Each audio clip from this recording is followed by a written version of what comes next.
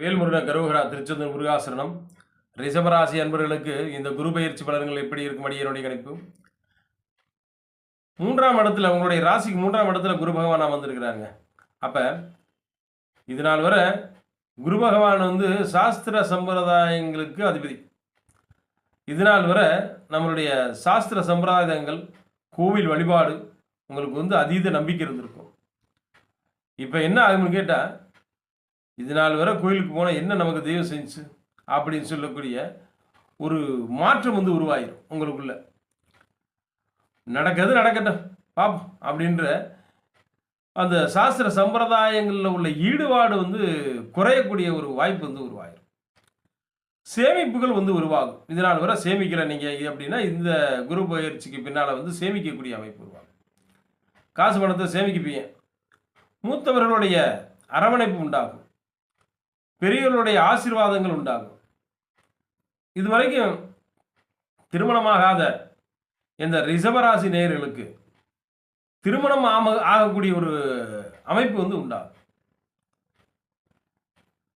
புதிய நண்பர்கள் உருவாவாங்க.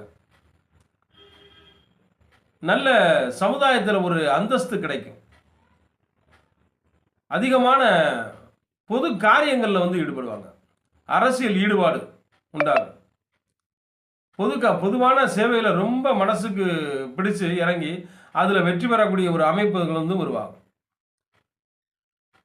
சமுதாயங்களில் நல்ல மதிப்பு மரியாதை அதிகமாக உண்டாகும். பார்க்குற தொழிலில் நல்ல லாபங்கள் முன்னேற்றங்கள் ஏற்படும். வெளியூர் வெளிநாடு வெளிமாநிலம் செல்லக்கூடிய அமைப்பு உருவாகும். ஏதாவது புதுசாக கற்றுக்கிறணும் அப்படின்ற எண்ணங்கள் ஏற்படும். விளையாட்டில் ஆர்வம் ஏற்படும். ஏதாவது இந்த பேங்க் பணம் பரிவர்த்தனையில் ரொம்ப கவனமாக இருக்கணும். பேங்க் பண பரிவர்த்தனையில் பணம் இது நாள் வரை இந்த ஏடிஎம் இந்த ஜிபே இதெல்லாம் பண்ணும் பொழுது ரொம்ப கவனமாக இருக்கணும். அதில் தவறுதல் நடக்கக்கூடிய சில நேரங்களில் உங்கள் பணம் தவறுதலாக மாறக்கூடிய ஒரு வாய்ப்பு அந்த மாதிரி உருவாகக்கூடிய வாய்ப்பு வரும்.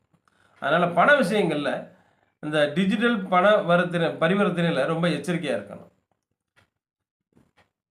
உங்களுக்கு இந்த குரு பகவான் பயிற்சி நல்ல நன்மையை கொடுக்கக்கூடிய வகையில் அமைந்திருக்கு. நல்ல லாபகரமான விஷயங்கள் நடக்கும். தீர்த்த யாத்திரை செல்லக்கூடிய அமைப்பு உருவாகும். ரொம்ப நாளாக போகணுன்ற நினச்சிட்டு இருந்த கோயிலுக்கு போயிட்டு வருவீங்க.